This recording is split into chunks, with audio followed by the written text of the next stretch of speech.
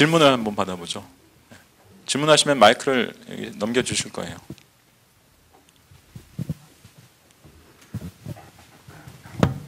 저기 아까 머리 자른 사건 말씀을 하셨는데요. 네. 아마 그거일지도 모르겠다라는 짐작을 하면서 질문을 드리겠습니다. 1년 아이하고 지내면서 돌이켜보면서 가장 혹시 그때 이거는 엄마로서 하지 말았어야 했는데 라고 이렇게 후회가 된다 할지 뭐 이런 거 혹시 있으시면 말씀해 주시거나 아니면은 이런 부분들은 고3 엄마로서 아이에게 정말 이거는 하지 마세요. 이 말은 하지 마세요. 아주 구체적일 수도 있고요. 그런 것들 질문을 좀 이렇게 산만하게 드려 죄송한데 아무튼 그거 하나 하고요. 하나는 아까 둘째라고 하셨잖아요. 그래서 큰아이와 둘째의 고3 보내는 방식에서 좀 다른 점이 있다. 엄마로서 좀 달라진 점이 있었다면 어떤 것이 있었는지 좀 듣고 싶습니다. 첫 번째 질문 후회되거나 뭐 그런 거요. 아쉬움. 예, 아쉬운 거. 그랬어요. 그러니까 고3이 인생의 어떤 끝은 아닌데, 목표의 끝은 아닌데 정말 몰아칠 때가 많았거든요. 그러니까 굉장히 겉으로는 우아하고 또 이렇게 사력 있고 그런 엄마이고 싶어가지고 굉장히 많이 그렇게 다른 엄마하고 다르게 잘해봐야지 하면서도 결국은 공부더라고요. 결국은 공부 얘기를 할 때, 내가 정말 내 입으로도 얘기했고, 아이한테도 이게 다는 아니라고 끝없이 얘기를 하면서도 공부 얘기만 할 때, 공부를 결국 둘이 앉아서 1등급이니 2등급이니 뭐 이런 얘기 할 때가 가장 사실 솔직히 힘들었고요. 머리 잘랐을 때가 사실 가장 힘들었어요. 그러니까 내가 이렇게 해서 변하지 않는데 이렇게 강압적으로 했구나. 결국은 내가 이렇게 우아한 모습을 가장하면서 생각 있는 엄마처럼 하면서 결국은 내 자신의 모든 걸 다 보여줬구나. 그럴 때 사실 딸이고 그 바람을 아이도 알겠지만 좀 후회가 많이 되더라고요. 그리고 한 가지 절대로 하지 않아야 될 얘기가 있는 것 같더라고요. 그러니까 너는 여기서 끝일 거야. 그러니까 믿어주지 않는 말 있잖아요. 그러니까 너 여기서 너 안 될 거야. 그러니까 정말 속마음은 내가 이렇게 침대에 누워서 얘는 여기 텄어. 이거 여기 안 돼. 끝났어. 이거 안 될 거야. 이게 되는 가능성보다 안 되는 게 훨씬 많을 거야. 시험이 실전에서 훨씬 더 잘 나오는 경우는 없을 텐데 안 될 거야. 그러면서 그 다음 생각을 나는 하지만 아이한테는 안 했어요. 그러니까 너 여기서 끝이야. 너 안 될 거야. 그런 부정적인 말은 정말로 안 했던 것 같아요. 그러니까 이게 끝이 아니야. 또 할 수 있을 거야. 나 혼자 갈등하지만 그 얘기 너는 안 될 거야 하면 정말 안 되더라고요. 그러니까 정말로 굉장히 뜬구름 잡는 얘기인 것 같지만 너 될 거야. 잘하면 될 거야. 그 얘기 정말 많이 애들은 안 듣는 것 같지만 듣더라고요. 그리고 첫째하고 둘째 굉장히 달랐어요. 첫째는 시험만 보면 벌써 현관에서부터 울고 들어와요. 학교에서도 시험 보고 울고 돌아다니는 애로 유명했대요. 그러니까 나중에 들으면 제 시험만 딱 끝나고 점수 알면 학교에서도 우나 봐요. 그럼 집에 오면 내 얼굴 보면 울어요. 그러니까 뭐라고 얘기를 할 수가 없는 게 자기 혼자 너무 괴로워하기 때문에 자기 성에 안 차기 때문에 울어요. 근데 둘째는 아무 일도 없이 들어와요. 아무 일도 없이 들어오면서 야, 너 이번에 그러니까 약간의 111 나왔지? 그러면 꿈도 야무져. 왜 그렇게 나와야 돼? 그리고 경쟁해라. 애들하고 경쟁하면서 조금 올라가잖아요. 약간 누구 목표로 해서. 그러니까 큰애 같은 경우는 반에서 누구 한 명을 목표로 해서 이렇게 좀 이렇게 올라가고 그러더라고요. 근데 얘는 왜 내가 걔 인생은 걔 인생이고 나는 난데 내가 왜 걔랑 비교를 해야 돼? 뭐 이러더라고요. 근데 아이들마다 성격은 달랐는데 첫째하고 그러니까 두 번째 겪으면서 약간의 그런 여유가 생기면서 둘째 때는 정보에 대해서 굉장히 많이 공부를 했어요. 그러니까 나중에 입학사 여러 가지 전형을 아까 선생님 말씀하셨듯이 여러 가지 전형을 넣었는데 8월 이후에는 컴퓨터 앞에 1시간씩 앉아 있었던 것 같아요. 그러니까 전문가들의 조언도 구했지만 결국은 학교에서 그렇게 안 해줘. 학교에서는 아이들 그렇게 해주더라고요. 약간 하향 지원. 얘가 연고대 갈 수 있으면 뭐 성대나 한양대 약간 그런 거 있잖아요. 안전하게 지원해서 많이 보내고 싶고 또 학원에서도 그렇게 해주지 않기 때문에 결국은 엄마가 내가 조금 아이를 좀 진단해주고 내 확신을 가져야겠다 이런 생각이 들어서 정보를 굉장히 많이 찾아봤어요. 그래서 약간 폴더 만들어 놓고 채영이 폴더 즐겨찾기 채영이 폴더 만들어 놓고 그게 그때 당시 이렇게 봤을 때는 안 될 것 같고 그런데 나중엔 조금씩 도움이 되더라고요. 그러니까 수시 쓰고 입학사정 관제하고 뭐 하면서 도움이 돼서 정보 결국 그런 말 있잖아요. 학원에서도 그랬대요. 너네가 공부는 하는데 정보는 엄마가 찾아줄 거라고 와서 그러더라고요. 그러니까 엄마들이 얼마나 지금 할 게 많은데 그것까지 해야 되나 싶지만 그래도 아이하고 의논할 수 있는 사람은 엄마 아빠인 것 같아요. 그래서 둘째 때는 굉장히 정보 그 나중에 몰라서 못 넣고 그랬던 것도 있거든요. 큰애 때는 그래서 한 10분 20분이라도 계속해서 어떤 정보든지 좀 보는 그런 게 좀 달라졌던 것 같아요. 대답이 된다.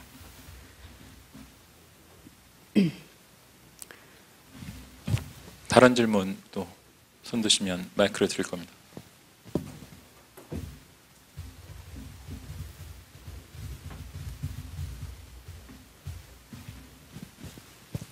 아버지들이나 학생분들 중에서도 혹시 질문하고 싶은 게 있으면 과감히 들어주시면 좋겠는데. 아버지들은 악역을 하시나요? 선한 그 천사 역할을 하시는지 되게 궁금하거든요. 관심 있으신 분들 많이 오셨는데 그 역할 약간 나누는 게 좀 좋더라고요. 그러니까 아빠가 사실 그 고3 엄마들은 그런 것 같아요. 아빠에 대한 남편에 대한 부담도 있는 것 같아요. 내가 아이를 잘 보내느냐, 어딜 보내느냐 이 말 안 하는 것 같지만 굉장히 얘기 많이 해요. 남자들 술자리에서 가보면 한 2월, 3월 가면 우리 애가 어디 갔다 이 얘기가 주로 얘기를 많이 해요. 우리 남편도 그래요. 그러니까 우리 애들이 고2, 고1 때는 아빠 친구 누가 어느 대학에 갔대더라 하고서 현관을 들어와요. 그러면 애들이 또 시작이야. 뭐 부담 가지라는 얘기야? 뭐 이러면서 딱 외면을 하는데 진짜 그 아빠들이 기대를 더 많이 그러니까 엄마가 집에서 아이들을 다 이렇게 케어하고 이렇게 마음까지 보살피는 사람이 엄마라서 그런지 그 기대 되게 많이 하거든요. 그래서 부부 중에서 한 사람은 악역을 하고 한 사람은 계속 감싸주는 거 정말 필요하더라고요. 제 남편은 그랬던 것 같아요. 그러니까 수시가 딱 시작되니까 애들이 막 떨어지잖아요. 떨어지고 계속해서 몇 개 떨어지다 보니까 되게 의기소침하고 집안 분위기도 진짜 그런데 우리 남편 들어와서 맨날 그랬어요. 이거 대학교가 문제야. 우리 채영이 안 뽑아주면 지네들 손해지? 뭐 이런 얘기를 그때 들으면서 도대체 네 아빠 왜 저런데니? 그러니까 애하고 나하고 아빠를 공격하고 참 한심해. 정말 어떻게 저런 말을 할 수 있어 했지만 그게 약간은 이렇게 마음의 어떤 공간? 그래 그럴 수도 있고 뭐 이렇게 그때는 비웃었지만 아빠가 생각 없어. 진짜 우리 아빠는 어떻게 할 수가 없어 했지만 그래도 약간은 여유?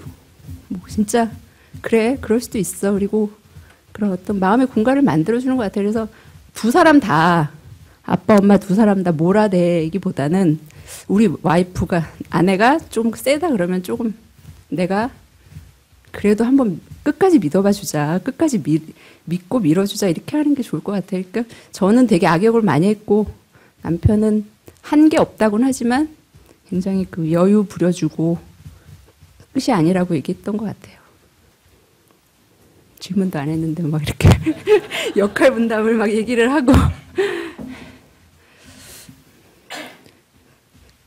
질문 없습니까? 네, 두 분이 거의 동시에 드셨는데 저기 셋째 줄에 계신 분한테 먼저. 예. 저희 아이는 지난해 수능을 봤거든요. 인문계 고등학교였는데요. 내신은 참 좋았어요. 근데 그 수능 성적이 좀 많이 안 좋았어요. 그래가지고 올해 다시 혼자서 인터넷으로 공부를 해서 재수를 하겠다고 하는데 혹시 예측이 되는 어려움이나 조언해 주실 말씀 있으면 좀 부탁드리겠습니다. 둘 다 재수를 안 한 케이스죠. 네. 굉장히 행복하신 어머니. 일단 애가 재수를 안 하고 하여튼 대학에 가주면 제일 행복한 거죠. 근데 재수를 이제 고민하고 있는 또는 해야 되는 상황이신 것 같은데 저는 대충 보면 알겠어요. 얘가 재수해서 어느 정도 올라갈 건지 뭐 제가 무슨 점장이도 아니지만 관상을 보는 것도 아니지만 하도 상담을 많이 하다 보니까 제일 중요한 건 자기관리 능력이에요. 자기관리 능력이 있는 학생은 심지어 재수도 아니고 자퇴하고도 검정고시로 원하는 대학에 가요. 그게 가능한 애들은 이제 자기 관리 능력이 있는 학생들이에요. 자기 관리 능력이 일정 정도 이상이 되면 인터넷 강의가 더 효과적인 경우도 많아요. 근데 자기 관리 능력에 자신이 없는 학생들은 재수종합반을 다니는 게 훨씬 좋아요. 그래서 일단 그 판단을 해야 돼요. 자기 관리 능력이 어느 정도 신뢰할 만한 수준이냐, 그러니까 좀 비교적 성실하고 뭐 도전의식이 있고 이런 학생들은 인터넷 강의로도 득을 많이 볼 수 있습니다. 근데 그렇지 않은 학생은 재수종합반을 다니시기를 일단 권해요. 하여튼 오늘 제가 아까 말씀드렸던 이 방법대로 한번 1년 동안 공부해보라고 그러세요. 하여튼 제 자랑처럼 들리지만 하여튼 그래서 재수할 때 확연하게 올리는 학생들을 제가 여러 명 경험해봤거든요. 그러니까 어떻게 공부해야 될지에 대해서 나름대로 구체적인 상을 가지고 있는 학생과 그렇지 않은 학생이 재수했을 때 성공 실패 이 비율이 굉장히 많이 달라져요. 그래서 일단 재수와 관련해서는 그 정도 말씀을 좀 드리고 싶고요. 예. 아까 맨 앞줄에서 예. 손 드셨던 분.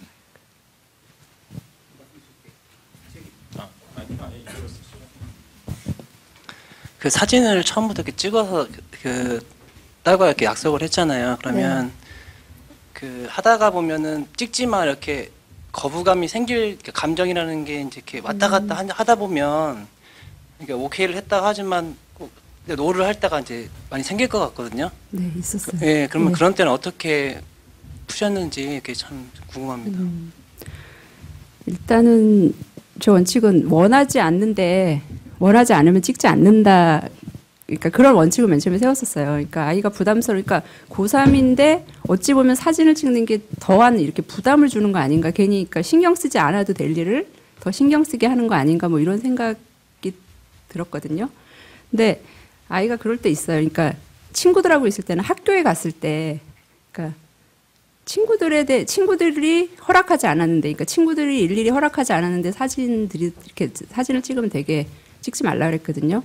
그래서 일단은 안 찍고 찍지 않는다. 굳이 내가 이 아이의 내가 이 순간을 잡고 싶지만 이렇게 해서 내가 그렇게 원하지 않는데 대상이잖아요. 어떻게 보면 제 딸이지만 그 대상이 원하지 않는데 굳이 거절하는데 찍지 않는다.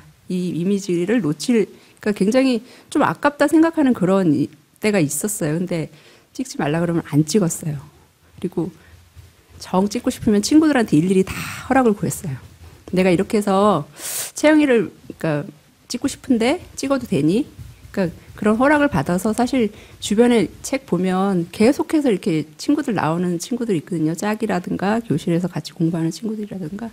그래서 근데 한편으로는 아이가 약간 그 자랑스러워하는 그런 것도 좀 있더라고요.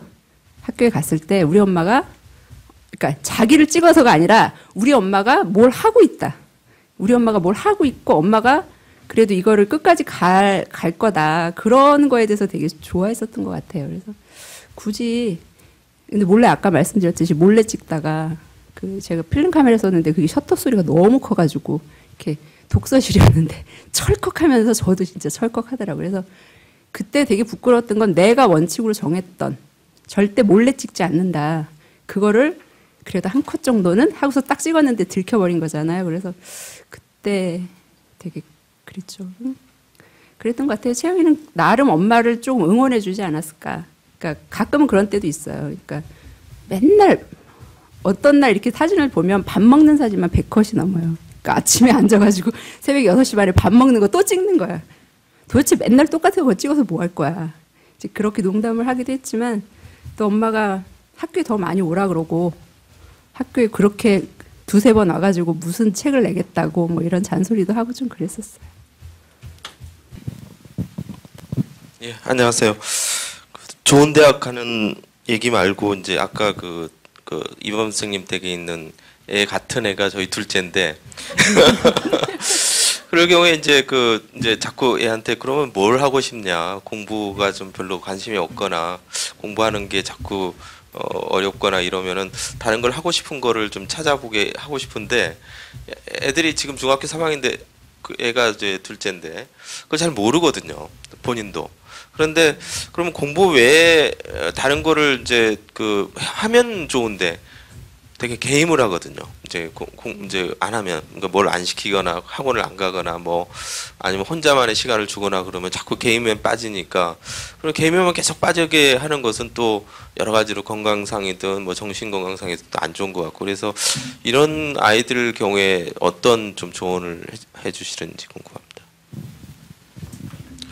그러니까 일단 게임에 대해서는 저는 좀 적극적으로 규제를 하는 게 맞다라고 보는 사람이고요. 저희 집도 애들이 함부로 게임을 하지는 못해요.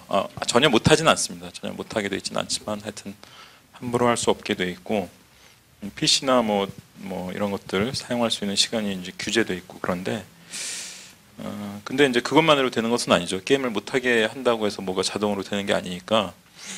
그래서 저는 어떤 면에서는 그 자녀에 대해서 제일 잘하는 사람은 역시 부모라고 봐요. 이 애가 어떤 특성이 있고 어떤 것에 흥미를 가지고 있고 뭐 이런 것들을 어느 정도 보다 보면 특히 아이가 흥미를 이렇게 보이는 그런 영역에서 좀 더 구체적인 경험을 해보게 하는 게 굉장히 중요하다고 보거든요. 저희는 이제 저희 첫째 같은 경우는 이제 그림 그리는 걸 굉장히 좋아하는데 남자예요. 근데 뭐 미대를 보낸다 뭐 이런 차원의 얘기가 아니라 그와 관련된 더 구체적 경험이 뭐가 있을까 몇 가지 좀 생각해 보는 게 있거든요. 그렇다면 컴퓨터 그래픽 같은 걸 좀 배우게 해볼까라든지 그건 이제 배우는 거고 또 배우는 것 말고 이제 어떤 경험하는 것, 체험하는 것으로서 몇 가지 활동도 좀 생각을 해보고 있고 그러는데 물론 이제 지금 5학년에 올라가는 애에 불과하니까 이제 뭐 그거 가지고 얘가 뭐 진로를 선택할 거라고 생각하지는 않지만 하여튼 그런 여러 가지 좀 시도들이 필요한 것 같아요. 좀 과감하게 생각을 해야 돼요. 제가 아까 유흥업 얘기를 했는데. 실제로 저도 그렇게 생각해요. 충분히 그런 쪽으로 진출시킬 수도 있다라고 생각하고. 근데 그러려면 또 거기에 가서 아르바이트라도 해봐야 돼요, 사실 애가. 그래서 이런 내가 진출하면 일하게 되는 공간이 이런 공간이구나. 어떤 사람들이 와서 어떤 식으로 이용하는 그리고 어떤 운영 원리에 따라 돌아가는 곳이구나 이런 것들을 또 알아야 되거든요. 그런 경험들이 아이들한테 다 하여튼 어떤 형태로든 득이 된다고 생각을 해요.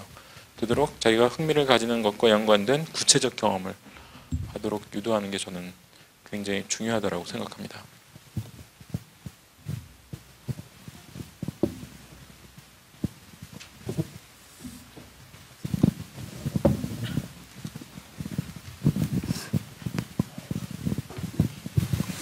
저희 아이가 이제 고3 여자아이가 됐는데요.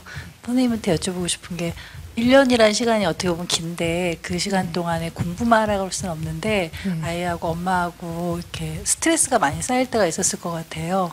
그때 어떻게 푸셨는지 그리고 아이하고 그런 시간들 보낼 때 혹시라도 공부에 흔들릴까 봐 그 시간을 안 갖고 잘 때도 있다고 얘기 들었는데 엄마들이 놀려주고 싶긴 한데 그 논 시간 때문에 애들이 공부가 집중이 안 되고 이럴 때도 있다고 그러는데 어떻게 하셨는지 그걸 딸이기 때문에 이게 처대니까 사춘기를 되게 심하게 알아서 그게 좀 궁금해요.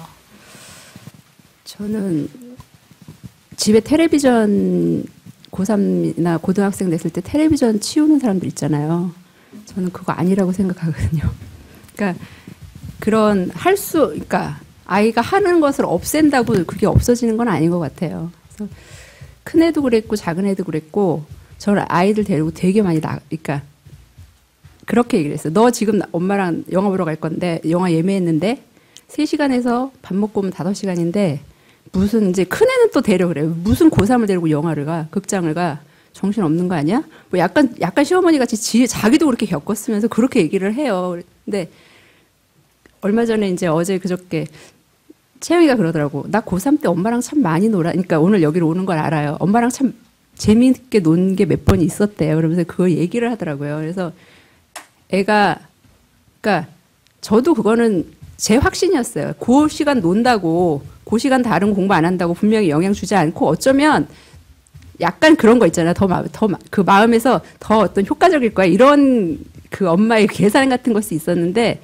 영화 보러 한 3번 정도 갔었어요. 그러니까 영화를 본다거나 그리고 이제 저희가 가장 많이 하는 게 식구들끼리 앉아서 1,800원짜리 영화 보는 거거든요. 집에서. 그것도 딱 틀어놓고 야 이거 요즘에 한다는데 볼래? 그러면 나 지금 내일 뭐 해야 되는데 그러면 제가 먼저 더 그랬어요. 야 그거 나중에 해도 돼. 이거 보자. 그것도 많이 했어요. 그리고 큰애 같은 경우는 이제 막 그 원서 넣어놓고 막 그 불안해할 때 불안해서 뭐 어떻게 하질 못하더라고요. 그래서 타로 좀 보러 갈래? 뭐 이래서 그 점도 보러 갔고. 그러니까 약간 여유 있는 시간을 만들어주는 거 놀러 많이 나갔어요. 근데 그거에 대해서 이제 나중에 1년, 2년 지났을 때 엄마한테 고맙다라고 얘기를 하더라고요. 그러니까 그런 거 있잖아요. 다른 엄마들은 그렇게 하는 엄마 없을 텐데 그러니까 약간의 그런 팁 같은 거지. 다른 엄마들은 이런 거 안 해. 그러면서 자기가 어떤 그 시간만큼 그 시간만큼은 자기가 어떤 고민이나 이런 거에서 좀 벗어나게 만들어줬다는 거 그런 걸 고마워하더라고요. 그래서 조금 많이 놀았어요. 애들 데리고 많이 놀고 밤에도 야 공부하지 마 이리 와 앉아봐 얘기 좀 해봐. 그러니까 약간 애들 얼굴 보면 무슨 고민이 있을 것 같으면 약간 좀 얘기하는 시간 좀 많이 가지고 식탁에서 되게 오랜 시간을 좀 있었던 것 같아요. 영화 보러 가기, 뭐 가장 좋아하는 거 하러 가기. 저한테 하신 질문은 아니지만 꼭 드리고 싶은 말씀이 그 적당한 운동을 하는 게 굉장히 도움이 돼요. 운동은 뭐 그거 자체로서 재미있고 스트레스를 풀게 하기도 하지만 또 실제로 그 운동이 뇌혈류량 증가에 굉장히 큰 도움이 되고 실제로 그 여러 연구에서 다 그 운동 이후에 그 학습 능력이 그 향상되는 것이 뚜렷하게 드러나거든요. 저는 뭐 제 학부 전공이 생물학이기도 했고 이게 충분한 과학적 근거가 있다고 생각해요.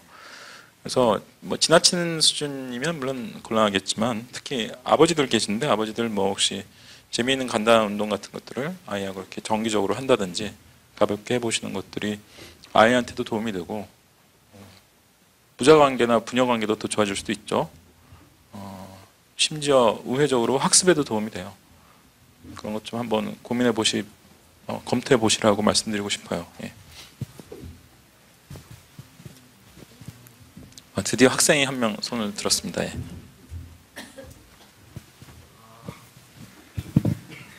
이게 제대로 전달이 될지 모르겠지만 제가 소구항숙 선생님 같은 경우에 네. 그 따님하고 대화를 하셨을 거 아니에요. 네.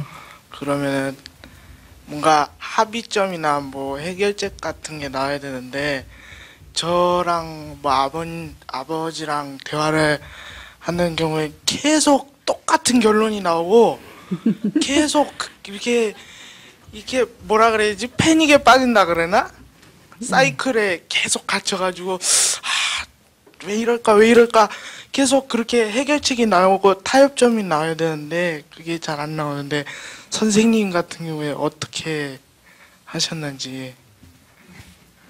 뭐 어떤 문제인지 여쭤봐도 돼요? 어떤 거에서 계속 원점으로 도는지 예를 들면 학교인지 그러니까 정말 개인적인 거긴 한데 아니 제가 공부를 해야겠다 그러고 마음을 먹어요. 그리고 하려고 해요. 그러고 나서 실패를 해요. 내가 왜 이러지? 후회를 해요. 근데 그게 계속 돌아요. 계속. 그리고 그걸 또 부모님하고 대화를 해요. 근데 그게 해결책이 안 나와요. 혹시 그런 경우에서 막 어떻게 푸셨는지 좀 사례가 있으면 뭐. 이런 얘기 해도 되는지 모르겠지만 해결책이 잘 없어요. 솔직히 해결책이 잘 없어요. 저 같은 경우는 저희 애가 중학교 그러니까 고등학교 예고 미술 예고 가겠다고 그 1년 동안 12시간씩 그렸는데 떨어졌거든요. 그러니까 걔한테는 그 굉장히 큰 그러니까 자기 인생에서 가장 큰 아픔이었다고 하고 자기는 계속 그림을 그리고 싶다 그랬거든요. 그러니까 자기 2학년 그러니까 아빠는 그런 평가는 더 이상 받게 하지 않겠다. 너가 실기로 시험 봐서 평가를 받게 하고 싶지 않다. 그러니까 아빠도 무서웠던 거예요. 또 해서 실기에서 떨어질까 봐. 근데 얘가 굉장히 그러면서 공부해라. 공부하고 논술해라. 우경수 열심히 해라. 미술 하지 마라. 뭐 이런 식으로 결론을 그냥 어떻게 한 1년 동안 내게 됐어요. 근데 쭉 보다 보니까 얘가 제일 하고 싶은 게 그림이거든요. 그게 제 마음에 그러니까 그래. 논술로 하던 그러면 실기 안 보는 의류학과든지 미술 관련된 건데도 실기 안 보고 논술이나 이런 거 보는 데 있잖아요. 그래서 그쪽으로 해서 가라. 근데 2학년, 3학년이 됐는데 너무너무 실기를 하고 싶어 하는 거예요. 자기 한번 다시 해보면 될 것 같다고 해서 홍대 미대 가고 싶다고 계속 그러더라고요. 그래서 근데 아빠는 옆에서 안 된다. 지금 해도 늦다. 그래서 계속 반대 그 의견을 내는 거야. 나는 지금이라도 실기 시키겠다. 그래도 하게 하겠다. 그래서 저는 인터넷 거기다 뭐 지식인 이런 데다 물어보기도 했어요. 답이 해결책이 안 나는 거예요. 이걸 하는 게 맞을까? 아니면 그럼 계속 논술이랑 국영수 하게 하는 게 맞을까? 그러니까 근데 결론은 뭐 물어봤어요. 이제서 실기해도 될까요? 이런 것도 물어봤어요. 그랬더니 이제 늦었습니다. 뭐 3수, 4수 시키려면 하십시오. 뭐 이렇게 무슨 블로거한테 물어봤거든요. 그 결론을 못 내리겠다. 그래도 마음에는 내 아이가 하는 걸 하게 해주고 싶었어요. 그래서 고민하다가 엄마 어떻대? 실기해도 된대? 뭐 이러고 물어보더라고요. 내가 누구한테 물어봤는데 답이 올 거야. 기다려봐. 그러면 실기를 무조건 하자. 이랬는데 야, 너 3, 4년 걸린다. 그러니까 또 결론이 안 나는 거예요. 그래서 결론은 네가 알아서 해. 그러니까 그 과정을 다 겪었지만 네 인생이니까 너가 알아서 하라고 했지.